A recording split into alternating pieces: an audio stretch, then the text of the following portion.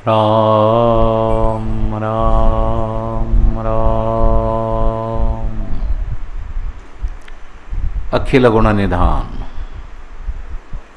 सच्चिदानंद घन करुणावरुणालय भक्तवत्सल भगवान श्री पांडुरंगाच्या चरणावर मनपूर्वक साष्टांग.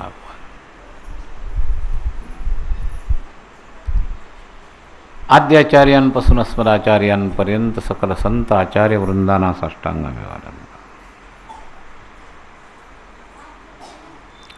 अधिक मासाच्या निमित्तानं पंढरपूर क्षेत्रामध्ये विविध कक्षेतले लोक उपस्थित आहेत. बोलू नका, कोण वर बोलतंय.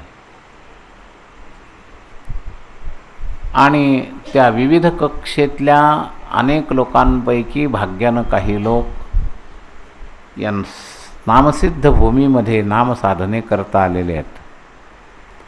त्याच्यातही वर्ग आहेत. प्रारब्धानुकूल होऊन मनाची तीव्र इच्छा असल्यामुळं महिनाभर वेळ काढणाऱ्यापासून तर शेवटचे 2-3 दिवस वेळ काढायला आलेल्या साधकापर्यंत. पण न येणाऱ्यापेक्षा सापेक्ष ठीक या दृष्टिकोनातून सर्व साधकांबद्दल सद्भाव प्रकट करू.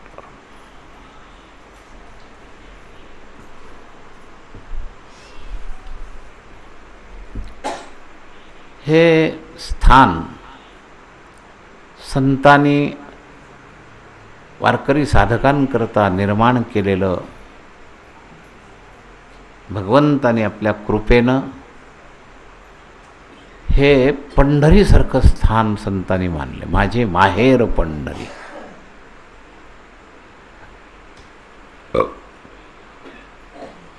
संसार करणाऱ्या स्त्रीला जास्त काळ सासरेच घालवायचा असतो,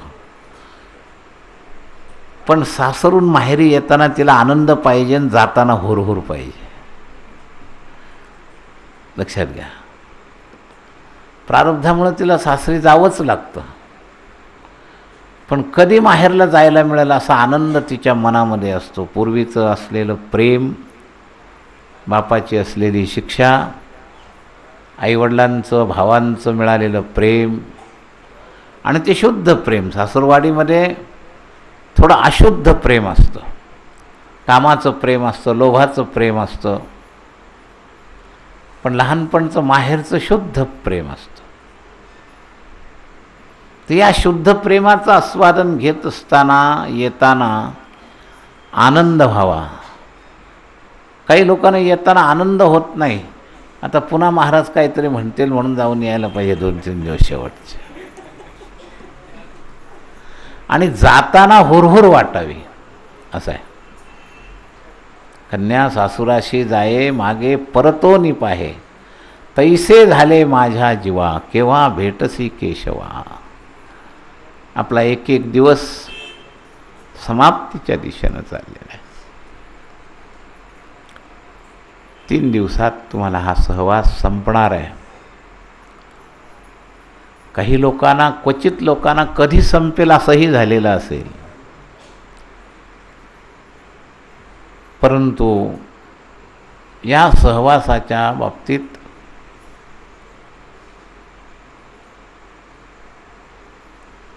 थोडासा विचार करा.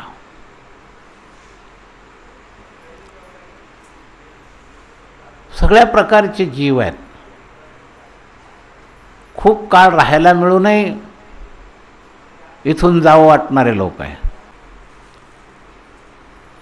धाम महिमेमध्ये भौतिक कालदृष्ट्या साधकाला जर 12 वर्षाचा काळ इथं सानिध्याला मिळाला तर एक तपपूर्ती होते. पण आपलं प्रारब्ध जर जोरात आडवं आलं, अनेक वेळेला ही माया आपल्याला प्रतिबंध करत असते. हे नैमित्तिक परमार्थ आहे. अधिक मास 3 वर्षांनी एकदा येणारा. पण संसाराची माया इतकी जबरदस्त आहे की या महिनाभरसुद्धा यावं वाटत नाही. वेळात वेळ काढून नाही येऊच आपण, काही लोक आहेत आता इथं निम्मे श्रोते आहेत की त्यांनी महिनाभर वेळ काढलेला आहे. जसं पहिली ते चौथीची शाळा असते आणि शिक्षकाची पंचायत असते तशी माझी कधी कधी पंचायत आहे. सगळ्या वर्गाचे श्रोते असतात. महिनाभरात मी सगळ्यांकरता सगळं सांगितलेलं आहे, सगळ्यांकरता. काही वेळेला लोक त्याचे अर्थ नीट समजून शकत नाही, कोणाचं कोणी कोणाकरता लावून घेता, आपल्याकरताच चाललंय. असा एकट्यापुरता भाव नसतो, त्यामध्ये एखाद्या व्यक्तीच्या जीवनाचा थोडासा स्पर्श असतो. त्याच्या जीवनाचं मला सगळ्यांचंच माहिती आहे, त्यामुळे थोडाफार स्पर्श असतो. पण रोखून कोणाच्या व्यक्तीच्याच करता केवळ बोलायचं असं नसतं, त्याच्यामध्ये त्याच्याकरताही असतं, असा भाग आहे. तेव्हा प्रश्न असा आहे की परमार्थाचा वर्ग काय आहे. आपण जे मोहकेंद्र पाहतोय ना, परमार्थातल्या अनंत क्रियेला आपल्याला लावून घ्यायला पाहिजे. एखाद्या खोलीमध्ये अस्ताव्यस्त सामान आणि रचलेलं सामान याच्यात फार अंतर पडतं. आपल्यामध्ये या प्रवचनांच्या वेगवेगळ्या लोकांच्या बहुविध श्रवणामुळं मला सांगितलं तर पटणार नाही. लोक म्हणतील आपल्या स्वार्थाकरता आपला मुद्दा सांगतायत. खरं तर निष्ठेचं श्रवण करायला पाहिजे, पण ते आम्हाला ते बैलासारखी सवय लागेली, समोर येईल ते खायचं.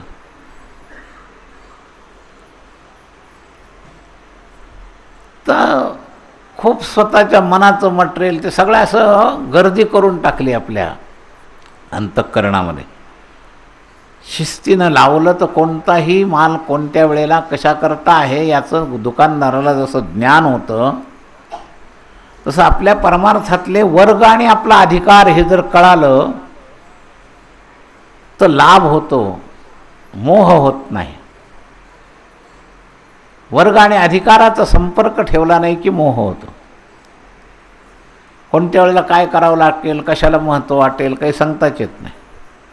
अगदी सुरुवातीला अधिकारात मी सांगितलं, देहभावाची कक्षा, जीवभावाची कक्षा आणि आत्मभावाची कक्षा, असा सुरुवातीला मी विषय सांगितलेला होता.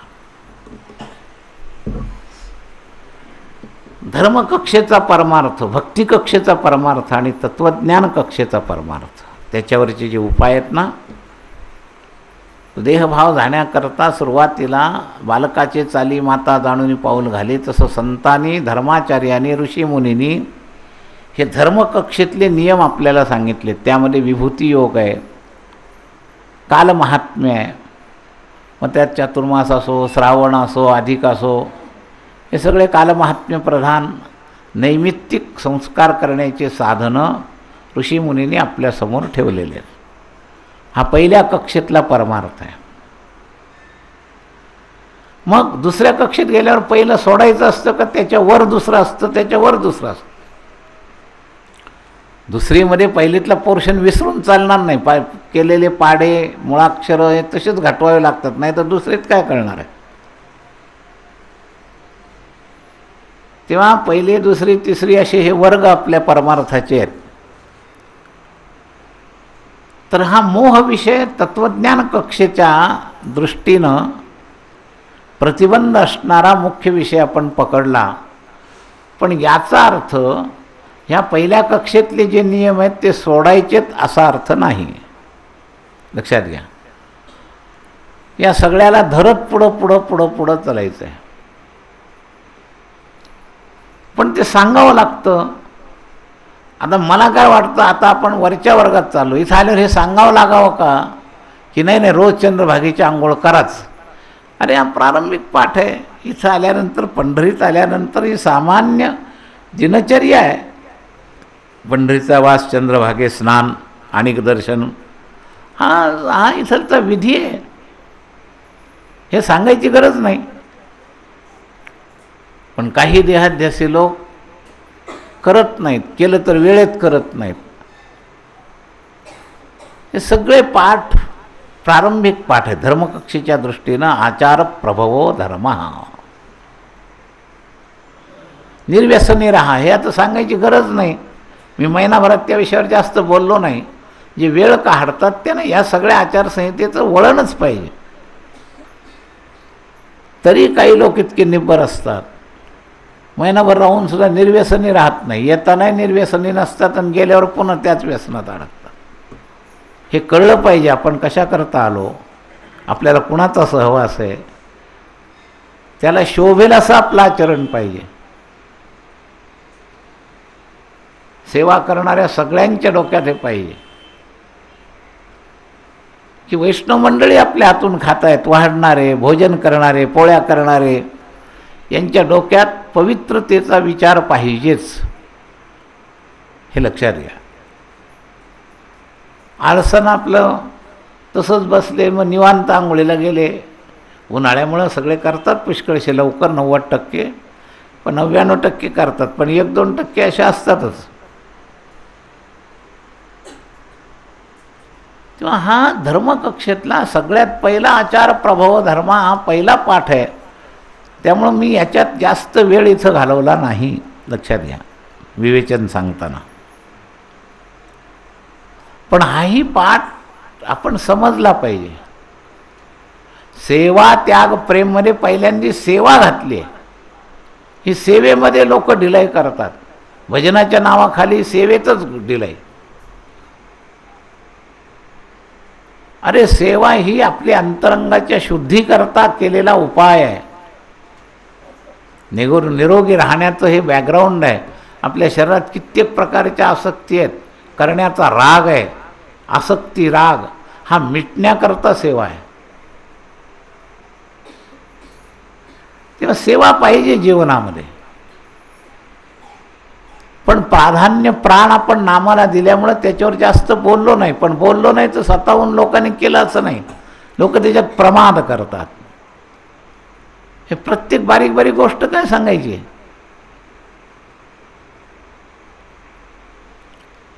तेव्हा धर्मकक्षेचा परमार्थ, उपासना कक्षेचा म्हणजे भक्ती कक्षेचा परमार्थ आणि तत्वकक्षेचा परमार्थ हे मोहाचे 3 विभागाचे उपाय आहेत, हे लक्षात घ्या. देहाध्यास कमी व्हायला सेवा कक्षा पाहिजे आणि विक्षेप कमी व्हायला उपासना पाहिजे आणि तत्वज्ञान स्थिर व्हायला, मनात आमचा आवरण दोष जायला तत्वज्ञान स्थिर व्हायला पाहिजे, असं आहे. पण आज एक आणि उद्या एक सांगितलं ते करायचं का हे करायचं, ज्याला आतून कधी कधी प्रमादाने आळसाने तत्वज्ञान आवडतं. तत्वज्ञानाचा अधिकार वेगळा आणि आळसाने तत्वज्ञान आवडणं वेगळं. हे बरे काही करायची भानगडच नाही. असं तत्वज्ञान आवडणाऱ्यांचे खूप वेगळे वेगळे वर्ग आहेत आणि ते पुन्हा आमची ढाल करतात. महाराजांनी सांगितले तत्वाला महत्त्व आहे, तपशिलाला नाही. त्यांची गाडी कुठं आडली इकडं लक्षच नाही, ते पुन्हा महाराजाची ढाल करतात. तपशिलाचा परमार्थ ढिला होतो, सुटत जातो. कधी प्रेम तत्वाचा ढाल करतात, कधी ज्ञान तत्वज्ञानाची ढाल करतात.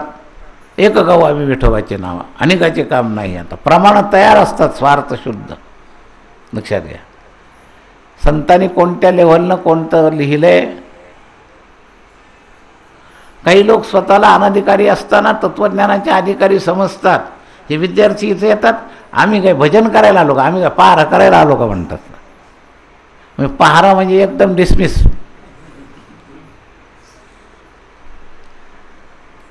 असल्या प्रकारचे विचार असतात महाराज. हे जे विरुद्ध भाव आहेत ना, हाच मोह आहे सगळ्यात. अधिकार आणि साधना याची मेळ न घालता काल्पनिक मुद्द्यावर अहंकाराचा जोर धरून त्याच्यातच रमणं हा मोह आहे. आपला आपण निर्णय करून काल्पनिक मुद्द्यावर आपली साधना आपण निवडून त्यावर आरूढ होणं हा मोह आहे. मोहाचे विविध प्रकार आहेत. तर 3 गट सांगितले आज मी. देह लेव्हलवरचा मोह, परवा एकदा मध्ये सांगितला आहे हा मुद्दा, असं काही नवीन आहे असं नाही. पण काही लोक नवीन आहेत, त्यांच्याकरता काही वेळेला परत थोडंसं थोडक्यात सांगावं लागतं. देहाध्यासावर बोललो मी.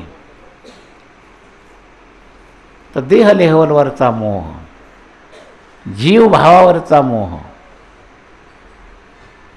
आत्मभावावरचा अज्ञानरूपी मोह. हे मोहाचे प्रकार आहेत. आत्मभावात जाऊ देत नाही अज्ञान, लक्षात घ्या. जीवभाव सुटू देत नाही. म्हणून जीवभाव सुटण्याकरता भक्ती कक्षेतल्या परमार्थामध्ये उपासनेला दृढ चालवावे, भूदेव संतासी सदा लवा. आणि देह लेव्हलवरचा भाव सुटण्याकरता सत्कर्मयोगे वय घालवावे.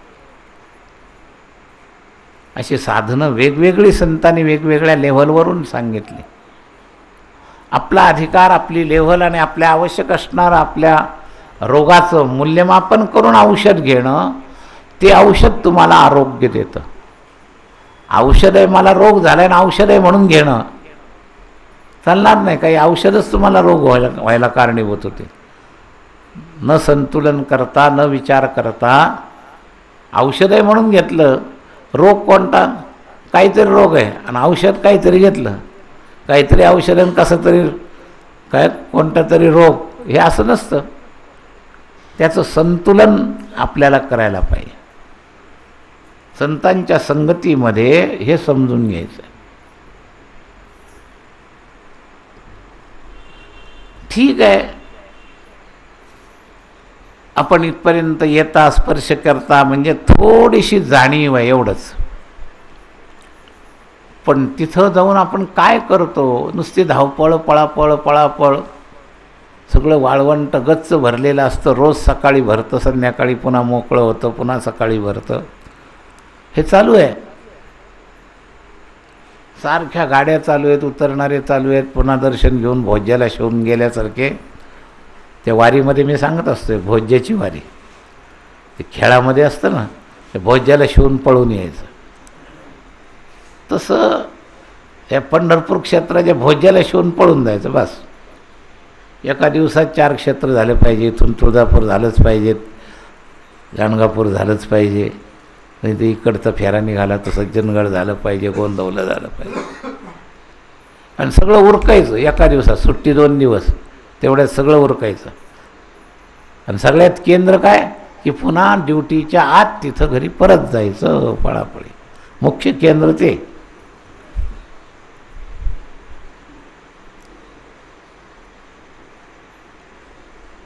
ही सगळा गमतीचा परमार्थ आहे. Something is better than nothing, ठीक आहे. पण फलश्रुतीच्या परिणामाच्या दृष्टीनं याला स्थैर्य नाही.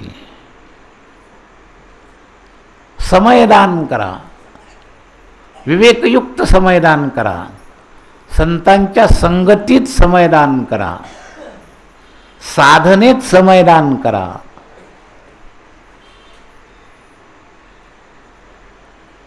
साधनेचा पत्ता नाही, संत संगतीचा पत्ता नाही, विवेकाचा पत्ता नाही आणि समयदानसुद्धा करायची तयारी नाही.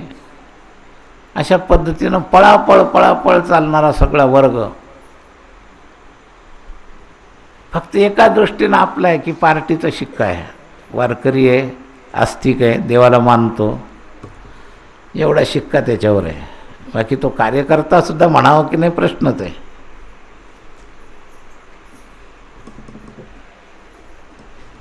हल्लीच्या कलियुगामध्ये आस्तिक आणि नास्तिक हे 2च मुख्य भाग आहेत. आणि त्या दृष्टीनं हा आस्तिक आहे म्हणून आमच्या आस्थेचा विषय आहे. आस्तिकही नसतं तर काही बोलायचा उपयोग प्रश्नच नाही. असे हजारो नास्तिक आहेत, त्यांना अधिक कशाशी खातात माहीत नाही. कधी अधिक आला आणि कधी गेला आणि कशा करता अधिकाचं काय वैशिष्ट्य आहे हे काही माहीत नाही. असा हजारो लाखो समाज आहे. पण पूर्वसंस्कारानं, संत संस्कारानं, ग्रंथ संस्कारानं प्रेरित, संस्कृती संस्कारानं प्रेरित आस्तिक समाजाला नित्य येऊन जावं वाटतं. म्हणून मी सांगितलं शेवटी तोंड दाखवायला आलेला काही वर्ग आहे. तर 4 आमच्या समोर असे लोक आहेत सगळे अनेक, एकदम पहिलीचा ते चौथीचा. त्या अशा समोर सांगताना मोठी पंचायत असते. वेगवेगळे वर्गाचे शिक्षक बरोबर त्या पुरतं सांगता येतं. पण पूर्वी अनेक अशा 4थीपर्यंत एक शिक्षकी शाळा होत्या. म्हणजे सगळ्या वर्गाचे लोक एकत्र बसायचे.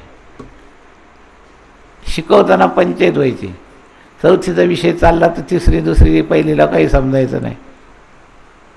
मग कोणी म्हणतं वरूनच गेलं, काय सांगितलं ते कळलंच नाही. या सगळ्यांना काही मिळालं पाहिजे असा भाव ठेवून अधिकात मी आपल्यासमोर काही काही मुद्दे सांगितले. फक्त आपल्याकरता काय याला जोर द्यायला पाहिजे हे तुम्हाला कळलं पाहिजे. सांगितलं म्हणजे सगळंच्या सगळं. आमच्या जवळचे लोक म्हणतात, महाराज तुम्ही प्रवचनात हे सांगितलं, मग आम्ही हे करू का ते करू. अरे तू कोणत्या वर्गात हे बघ आणि मग काय करायचं ठरव. आपला वर्ग आपल्याला कळला पाहिजे आणि त्या वर्गाचं पोर्शन काय आहे तो आपल्याकरता आहे असं लक्षात आलं पाहिजे. ते समजून घ्यावं. सर्व प्रकारचे वर्ग आहेत. मलदोषवाले आहेत, विक्षेप दोषवाले आहेत, आवरण दोषवाले आहेत.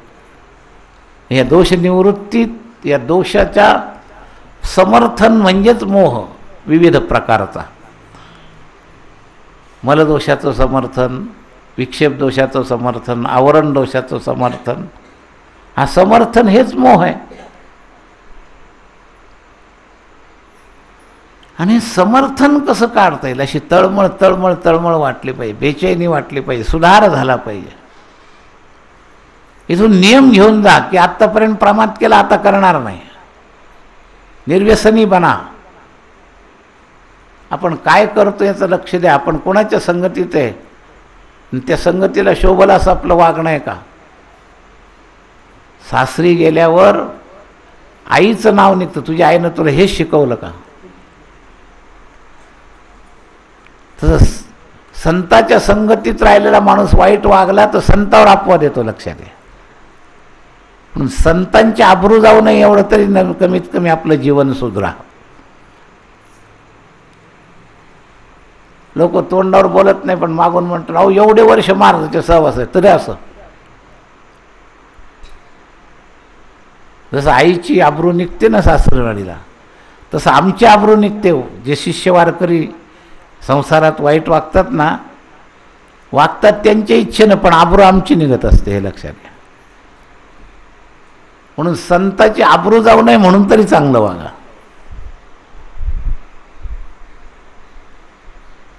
थोडा विचार करा. विचार करण्याची गोष्ट आहे.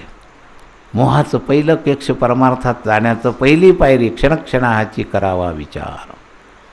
तरावया पार भवसिंधू. सरासार विचार करा, उठा उठी. ही सगळी प्रमाण महिन्यात दोहरवलेली आहेत, लक्षात घ्या. नामधरा कंठी विठोबाची. दयाच्या चिंतने तरतील दोषी जळतील राशी पातकाने. आणि सगळं जावं म्हणून कॉमन पोर्शन आहे. जसं शाळेची निष्ठा व्हावी म्हणून पहिल्यांदा शाळा भरल्या सगळ्या पोरांकडून प्रार्थना म्हणवली जाते, भारत माझा देश आहे, हे राष्ट्रनिष्ठेकरता. तशी ही आपली प्रार्थना आहे आणि सगळ्याकरता कॉमन आहे. सगळ्या शाळेतल्या अगदी पहिलीला नीट पोबडं म्हणतात तरी त्यांना म्हणावंच लागतंय, भारत माझा देश आहे, सर्व भारतीय माझे बांधव आहेत. तेव्हा तसं विचार करा. काही कॉमन पोर्शन आहे. तुम्हाला जे नामाला लावलं आहे ना, हा कॉमन पोर्शन आहे. सगळ्या अधिकाऱ्यांकरता आवश्यक, अगदी उच्च अधिकाऱ्याकरताही नाम उपयोगाचं आहे. म्हणून सकळास येथे आहे अधिकार. कलियुगी उद्धार हरीच्या नावे.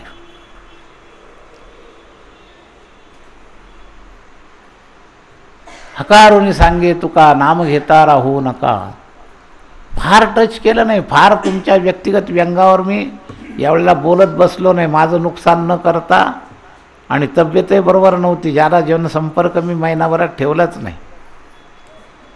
ते लोकांना सांगायचं सुद्धा नाही. काल एकट्या रात्रीतून 8 वेळा मी जाऊन आलो. पण त्याही परिस्थितीमध्ये जास्त तुमच्या व्यक्तिगत व्यंगाकडं लक्ष न देता, नाहीतर आपले ठरवलेले संकल्प पुरे करायला लोक फार पक्के असतात. येतात 2च दिवसा करतात, त्यात प्रसाद खरेदीला 3 तास घालवतील. जपापेक्षा हेच बाकीचं जास्त.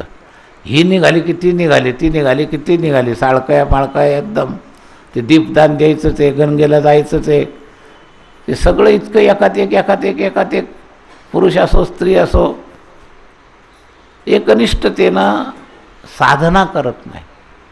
आलो कशा करता, कुणाच्या संगतीत आलो, त्यांचं ध्येय काय आहे. मठातल्या आपल्या लोकांनी नामाला महत्त्व दिलं पाहिजे.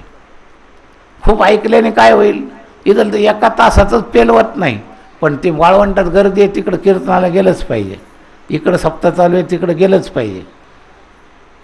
अरे एवढं तरी पचतंय का पहाटेचं चिंतन? एवढंही पचत नाही. पण ते बैलासारखं खायचं सबर आबर जबर, ती पार गिरणी चोकअप होईपर्यंत त्याच्यात वरून टाकायचं. ती गिरणी बंद पडली तरी किती खावं, खाल्लेलं पचण्याकरता वेळ दिला पाहिजे. हे जे तत्त्वज्ञान आहे ना, शब्दरूपी चिंतन, हे फार थोडं पचतं. लक्षात घ्या. 2 आणि 4 आणि 5 आम्ही चातुर्मासात पाहतो, 8 प्रवचन ऐकतात, काही लक्षात राहत नाही आणि लिहूनही घेतात, पुन्हा वाह्याही उघडत नाही कधी. हे नुसतं भरतच राहायचं वरून. अरे एकदा खाल्लं तर 6 तास पचनाला अन्नाला द्यावे लागतात. हे या तत्त्वज्ञानाचं भोजन पचायला तर कधी कधी 2-2, 4-4 दिवस लागतात मला. आपल्या मतलबाची गोष्ट आल्यानंतर आम्ही ऋषिकेशला एक श्रोता पाहिला, चांगले साधू होते, फार प्रतिष्ठित आणि फार समजदार असे एक साधू होते. त्यांच्या हातून आम्हाला एक चूक वाटायची. बाहेरच्या लोकांना काय करायचे, मधीच उठून जायचे. प्रतिष्ठित, ज्याला नियम कळतो, पद्धती कळते, पुढं बसायचे येऊन आणि मधीच उठून जायचे. तर आम्हाला खटकायचं, हे काय वानगडे, एवढा चांगला समजदार उपासक चांगला साधू हा उठतो का मध्ये? असं व्यवहाराला सोडू नये. आपल्याकडं कसं आहे, कीर्तन बसल्यामध्ये उठू नये. तर एकदा आम्ही 2-4 जण साधक गेलो आणि त्यानं विचारलं की महाराज तुम्हाला सगळे व्यवहार कळतात, मोठ्या संताचं प्रवचन चालू आहे, रामसुखदाजी सारख्यांच्या याच्यातून तुम्ही मध्येच उठताय, काय प्रकार आहे, बरं नाही वाटत तुम्हाला, कोणी बोललं नाही म्हणून काय झालं? ठीक आहे म्हणे, आमचा अधिकार नाही. आम्ही म्हणलं, नम्रतेने विचारलं, पण याच्यात काही रहस्य असेल ते तरी आम्हाला सांगा. तो महात्मा म्हणलं, ठीक आहे, या पद्धतीनं तुम्ही विचारलं म्हणून उत्तर देतो, नाही तर उत्तर द्यायची गरज नव्हती. तर म्हणणं, मी साधक आहे, मला महाराजांचं खूप आवडतं, पण जेवढं रोज सांगतात तेवढं पचतच नाही. माझ्या मतलबाचा चांगला मुद्दा आला की माझ्या अंतःकरणातून विसरून जाऊ नये म्हणून मी उठून जातो. श्रोत्याचे प्रकार बघा कसे असतात काय, आणि त्याच्यावर मी मनन करतो दिवसभर. एखादा मुद्दा पकडला स्वामींचा की त्याच्यावर मी मनन करत राहतो. हे महत्त्वाचं आहे. श्रोतव्य हा, मंतव्य हा, निधिध्यासितव्य हा, मनन केलं पाहिजे. आजचं प्रवचन ऐकलं की 1-2-4 मिनटं कधीतरी एकमेकात चर्चा झाली तर झाली, नाही तर तीही नाही, आपल्या कामाला लगेच पळापळी. पुन्हा आज दुसऱ्या दिवशी प्रवचनाला येतील तेव्हाच आपण जे ऐकलं त्याचं मनन करा. काय चाललंय आज आपल्याला सांगितलंय, आपला अधिकार ओळखून साधनेला परमार्थ समजा. साधनेचे सगळेच प्रकार आहेत. संत सज्जनी मांडलेले दुकान, जे जया पाहिजे ते आहे रे. संत वाङ्मयामध्ये सगळ्या प्रकारची साधन आहे. एकनिष्ठतेमध्ये गुरुचा त्याग करण्याची सुद्धा साधन आहे, देवाचा त्याग करण्याचे पण नामदेवांचं उदाहरण आहे, आईबापाचं त्याग करण्याचे उदाहरण आहे. तर संत वाङ्मयात काय नाही, सगळे विचार आणि सगळे प्रकार आहेत. कोणाकरता कोणतं आहे हे जर न कळलं आणि मनानेच आपण ते सगळं भरत राहिलो तर एकाही जागेवर पोहोचणार नाही. एक मिलिटरीमन नुसतं देखादेखी, सरकारने शेती दिली, शेतीचा कधी अनुभव नाही, घटके ते करत गेला, एकही पीक हाताला आलं नाही. कोणी सांगितलं हे कर, अरे या भागात हे नाही चालत, ते दुसरीकडे चालतं, ते मोडून टाकलं, दुसरं केलं, त्याला उशीर झाला, ते आलं नाही. काय तो काय म्हणे, त्याशी दोहीकडे धक्का. तर शास्त्रीय शनीमध्ये कधी कधी या सगळ्या बहुविध आकर्षणाचा आम्ही ऐकत राहतो. एका बाजूने कोणाला नावही ठेवायचे नाही म्हणायचं, आणि मग कोणाचा तरी काहीतरी प्रभाव होतो, तो आपल्या अधिकारानुसार आहे का नाही याचाही विचार केला जात नाही. आणि ते कोणत्या शाखेला भरकटत जाईल हे काही सांगताच येत नाही. म्हणून व्यवसायात्मिका बुद्धी रेकेह करू नंदन बहुशाखाय नंताय बुद्ध अव्यवसायिना. कोणाला यात्राच करायचं वेळ लागतं. हे झालं ते झालं, हे चारदा झालं ते चारदा झालं. तीर्थयात्रेचा पवित्र अनुभव घेण्याच्या हेतूनं यात्रा करणं वेगळं. प्रत्येकाची एक एक वेळ असतात. काही ना ग्रंथच वाचायचं वेळ लागतं. हे झालं की ते झालं की ते झालं की ते. आणि सगळ्या ग्रंथांमधून काल सांगितलं त्याप्रमाणे श्रुतिविप्रतिपन्नत्व होतं. हे करू का ते करू काहीच कळत नाही. भरकटलेली अवस्था, हा भरकटलेला परमार्थ फार लोकांच्या जीवनात आहे. थोडं हे करतात थोडं ते करतात. प्रवाहपतीत म्हणतात याला. जसा प्रवाह असेल तसं. कुंभमेळ्याचा प्रवाह असला की चालले तिकडं. जाऊ नये असं मी म्हणत नाही. मी त्या कुंभमेळ्याचं निंदा करत नाही, पंढरपूरची निंदा करत नाही. मला सांगायचं तुमच्या अधिकाराचा विचार करून साधना करा हे मला सांगायचं. मला त्या साधनेच्या घटना अपूर्ण आहेत किंवा चुकीच्या आहेत असा कोणतंही खंडन करायचं नाही. वेगवेगळ्या अधिकाराकरता वेगवेगळ्या पद्धती सगळ्या बसवलेल्या आहेत. अनंत प्रकारचे अधिकारी जीव आहेत आणि त्यांना वेगवेगळ्या रूपानं संतांनी साधनं सांगितलेले आहेत. पण शेवटी तुम्हाला दिलेल्या बुद्धीनं त्याच्यातून निवड करताना संतांच्या संगतीत आपला अधिकार समजून घ्या. डॉक्टरच्या हाताने आपल्या रोगाची मात्रा आणि त्याच्यावर असणारा औषधाची मात्रा हे दोन्ही जर नाही जुळलं तर रोग छोटा आणि एमजी खूप जादा एमजीच्या गोळ्या घेतल्या तर त्याचं नुकसान होईल. किती पावर कोणाकरता कशी द्यायला पाहिजे याच्याकरता तर डॉक्टर असतो. तसं हे आपण सगळं भराभर लहानपणापासून काहीतरी ग्रहण करत गेलो आहे. त्याच्यातलं नेमकं आपल्याकरता काय हे निवडायला आपण समर्थ नाही. म्हणून संतांकडून निश्चय करून घ्यावा. हा मनपूतम समाचरित हे काही कामाचं नाही लक्षात घ्या. आणि तेच करावं निष्ठेनं साधन. त्याच्यात तुमचा विकास लवकर होईल. तुम्हाला फलश्रुती पण लवकर मिळेल. लक्षात घ्या. मनमाने म्हटलं तर आपल्याकडं लहान मुलांच्या जसं शाळेमध्ये ती मुलांची कशी मनं असतात. आज जादूगार आला की घरी येऊन जादू करून दाखवतात. उद्या पहिलवान आला की दंड थोपटायला लागतात. तसं प्रवाहपतीत तसे आमचा सगळा या लहान मुलासारखा परमार्थ चाललेला आहे. प्रवाहपतीत नेमका वेग माझा प्रगतीचा कशानं थांबला आहे. स्थिती आहे का, शांती आहे का, निर्विकारता आली आहे का, इकडं लक्षच नाही. वर्षानुवर्ष परमार्थ करतात. तोच क्रोध, तोच काम, तोच लोभ. मुलाला मुलं झाली तरी याचा पाळणा हलावा लाज वाटायला पाहिजे की कुठं आपलं काम चाललंय. लोभाचा सुद्धा विचार पाहिजे. तर लोभ हा पापाचा बाप आहे हे लक्षात घ्या. आणि लाभ से लोभ वधेचे डोंगरे महाराज म्हणतात. तर याच्यावर कंट्रोल करायला पाहिजे. हे जे त्रिविधम नरकस्येदम द्वारम नाशरमात्मना कामक्रोधस्तदा लोभदस्मादेत त्रयं त्यजेत. या विकाराचा त्याग कसा होईल याकरता मी काय करायला पाहिजे अशा आपल्यातल्या मूळ दोषाकडे लक्ष पाहिजे आणि त्याच्यावर उपाय करण्याचा विचार पाहिजे. आणि त्या दोषापैकी मोह या प्रधान रोगामुळं हे काम, क्रोध, लोभ, ईर्ष्या हे सगळे विकसित झालेले आहेत. त्यांचं खतपाणी आहे. तेव्हा या मोहाचा नीट विचार करण्याकरता यावेळेला आपण हे प्रकरण घेतलेलं आहे की मोहाचे किती प्रकार आहेत, मोहाचं कसं सूत्र आहे आपल्याला कळतच नाही. कर्तव्याच्या नावाखाली मोह येतो. नाही पोरांचं पालन करणं आपलं कर्तव्यच आहे. अरे पण कुठपर्यंत कर्तव्य आहे. कोणत्या कर्तव्यातून कोणतं कर्तव्य वजा झालं पाहिजे. तीव्र तळमळ जर उद्धाराची लागली तर कोणतंही कर्तव्य त्याच्या पुढं नाही. सगळे कर्तव्य फेल आहेत. कर्तव्य कक्षा ही खालची आहे. तळमळ लागली नाही तोपर्यंत कर्तव्य पालन करत करत परमार्थ करा. पण तळमळ वाढल्यानंतर कर्तव्याला झटका द्या.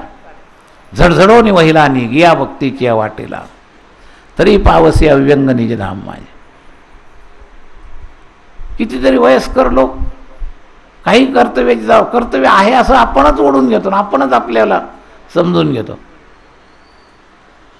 पोराला पोरं झाले तरी त्या नातवाची काळजी करायचं तुमचं कर्तव्य का बापात त्याच्या बापाचं कर्तव्य? पण आपण आपल्या अंगावर ओढून घेतो. तर मूळ परमार्थाकडं लक्ष केंद्रित केलं गेलं पाहिजे. आणि विधीपेक्षा सुद्धा निषेध परमार्थाकडं. नको असलेलं काय आपल्या शरीरात ते काढा. हवं असलेल्याला फार संस्कार करावं नाही लागणार. हे नको असलेलं निघालं की नियती तुम्हाला काय हवं आहे ते करायची आतून प्रेरणा देईल. परमात्मा तुम्हाला जवळ ओढील, संत जवळ ओढतील, शास्त्रातली अशी वाक्य तुमच्यासमोर आपोआप येतील.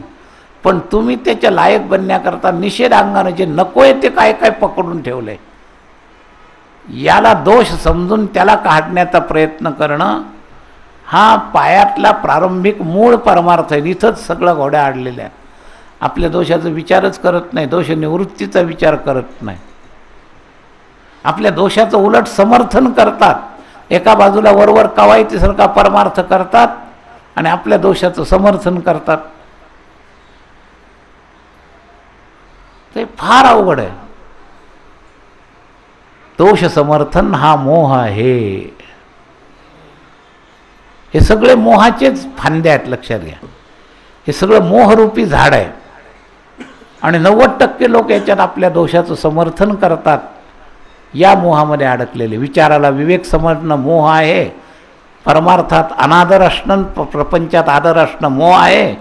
तसं आपल्या दोषाचं समर्थन असणं हा महत्त्वाचा मोह आहे, लक्षात घ्या. जोपर्यंत तुम्ही तुमच्या दोषाचं समर्थन करता तोपर्यंत तुमचे दोष निवृत्त होणं अवघड आहे. पहिल्यांदा तुम्हाला तुमचा दोष स्वीकार करावा लागेल. दोष जाण्याची बेचैनी तुम्हाला व्हायला पाहिजे. हे का जात नाही, का जात नाही, ही बेचैनी होत नाही. आपण दोष समर्थन करत राहतो. आणि प्रधान समर्थन करणारी ही बुद्धी आहे. म्हणून काल केंद्र सांगितलं बुद्धी प्रामाण्य हा मोह आहे. हे समर्थन करणारे कोण आहे? मुख्य बुद्धी आहे. मन फक्त वासनेच्या दृष्टीनं तिकडं ओढण्याचं निमित्त कारण आहे, पण समर्थन करणारी बुद्धी आहे. बुद्धिमोह यसीव मे, कालचं मी सांगितलेला मुद्दा. या बुद्धीतला हा मोह काढला पाहिजे दोष समर्थनाचा. या बुद्धीत अनेक प्रकारच्या मोह, त्यातला एक मोह लक्षात घ्या, दोष समर्थन करणं बुद्धीद्वारा हा मोठा मोह आहे. तुमचा परमार्थ सुरू होईल ज्या दिवशीपासून तुम्ही दोष समर्थन सोडाल. आणि दोष समर्थन सोडणं हे आत्मनिरीक्षणाचा एक कक्ष आहे. आत्मनिरीक्षणाचा प्राप्त विवेक के प्रकाश में अपने दोष को देखना हा पहिला टप्पा. दूसरा टप्पा क्यों ही भूल को पुन्हा न दोहराने का व्रत लेकर, हा दोष निवृत्तीचा केलेला प्रयत्न आहे. या मोह निवृत्ती करता काय करा तर निश्चय करा. निश्चयाचे बळ तुका म्हणे तेचे. काही गोष्टी निश्चयानंच होतात, तर दोष निवृत्ती तुमच्या स्वतःच्या निश्चयानंच होईल. तुम्ही समर्थन केले, तुम्ही पकडलेली गोष्ट तुम्ही सोडली पाहिजे. हातात चण्याच्या लोभानं त्या माकडानं हात घातलाय त्या याच्यामध्ये सुरईमध्ये, जाताना गेला आणि लोभ काही सुटत नाही आणि हातातले चणे सोडत नाही आणि ते काही त्या सुरईतून निघत नाही. ही आमची परिस्थिती आहे. कळलं पाहिजे आपलं हे का निघत नाही, कशामुळे अडकलंय. त्या नळकांडीवर तो पोपट बसतो आणि ती गरगर फिरणारी नळकांडी उलटा होतो. उलटा झाल्यावर आपल्याच हाताने पक्क पकडलेलं असतं आणि आपण कशानं बांधलोय त्याचं त्यालाच कळत नाही. हे दोन्ही दृष्टांत आहेत, माकडाच्या चरण्याचा आणि या नळीचा. याप्रमाणे आपली अवस्था आहे. आपल्या दोषाचं आपण समर्थन करणं म्हणजे उलटा झालेल्या पोपटासारखी अवस्था आहे. आपल्या दोषाचं आपलं समर्थन करणं म्हणजे त्या माकडाने हात घालून ते निघत नाही म्हणण्यासारखं आहे. तुमचा दोष तुम्हीच सोडला पाहिजे. तुमच्या हाताने चणे पकडलेत का तुम्हाला कोणी दुसऱ्याने दिले? तुम्हीच पकडलेत लोभानं, तुम्हीच नळी पकडली. आणि म्हणून संत म्हणतात काही टप्पा असा आहे की आपुली आपण करा सोडवण, संसार बंधन तोडावे. काही टप्पा असा आहे की ते आपले आपणच सोडायला पाहिजे. तुमच्या मनाने ज्याला पकडले तुला तुमच्या मनाने सोडलं पाहिजे असं आहे. तर मोहाचा काही अंश हा अशा टप्प्यातला आहे की तुम्ही सोडल्याशिवाय सुटणार नाही. मोहाची जी अनेक अंग आहेत आणि त्यातला हा महत्त्वाचा अंग आहे. आपल्या दोषाचं समर्थन आपण केलंय हा मोहाचं महत्त्वाचं अंग आहे. हे आजच्या प्रवचनातला भाग लक्षात ठेवा. पुंडलिक वरदा हरी विठ्ठल. श्री ज्ञानदेव ज्ञानेश्वर महाराज की, नाम भगवान की, सब संतन की. जय जय श्री राधे.